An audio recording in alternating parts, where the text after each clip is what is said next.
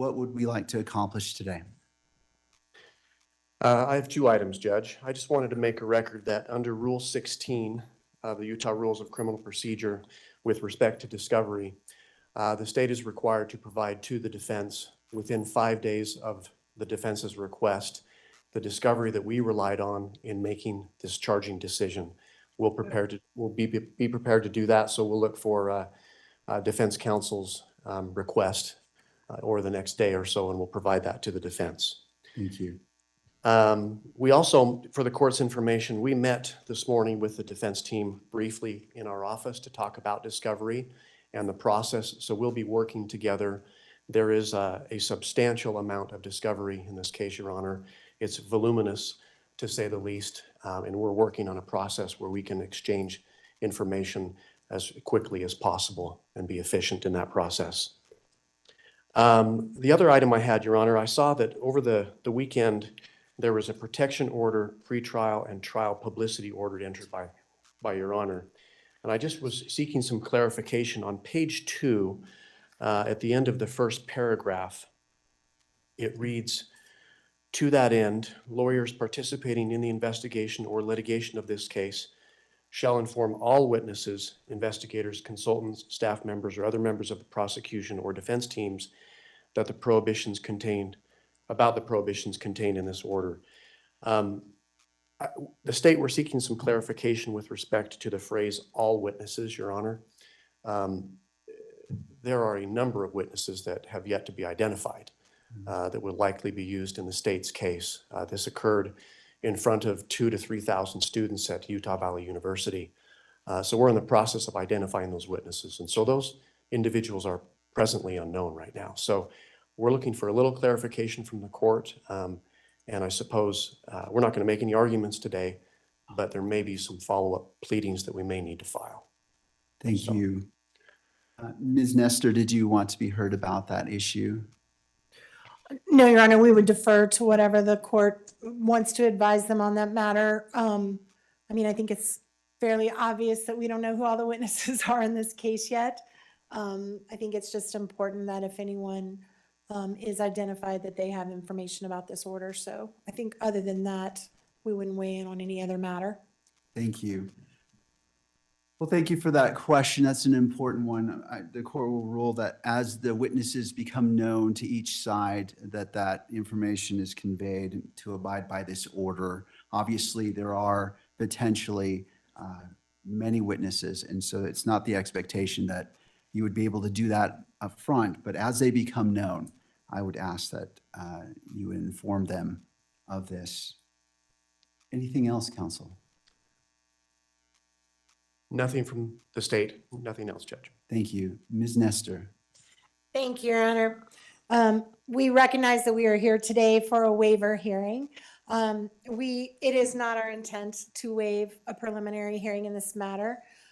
We are going to be seeking that one be set. However, based largely on what the state just referred to as far as the voluminous nature of the discovery materials, we do think it would be prudent to simply reset for another conference, another waiver hearing, a little bit down the road, where we have a better idea once we start seeing the discovery as it rolls in.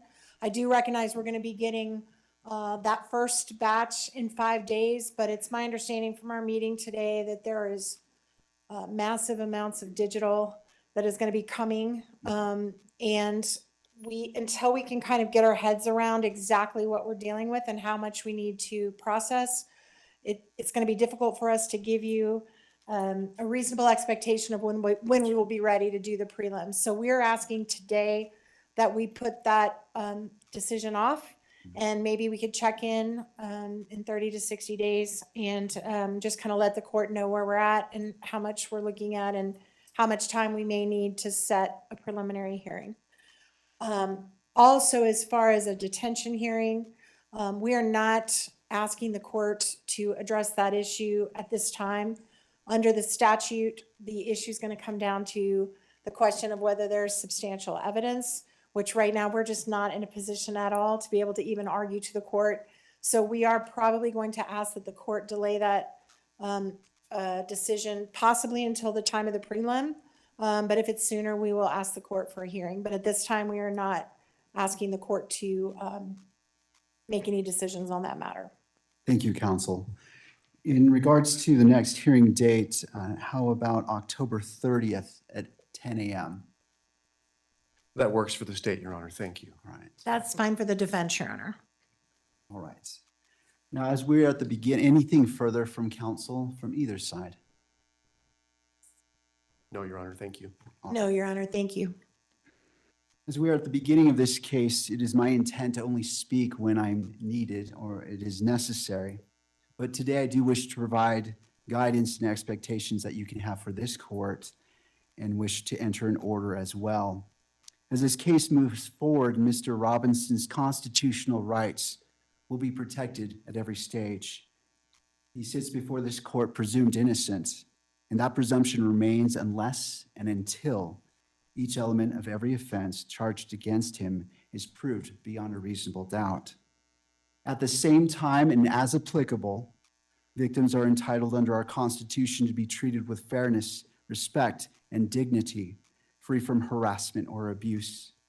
Justice demands that both of these principles, the rights of the accused and the rights of victims, be honored without compromise. I remain steadfast in my oath that I made 56 days ago to support and defend the constitutions of the United States and of Utah.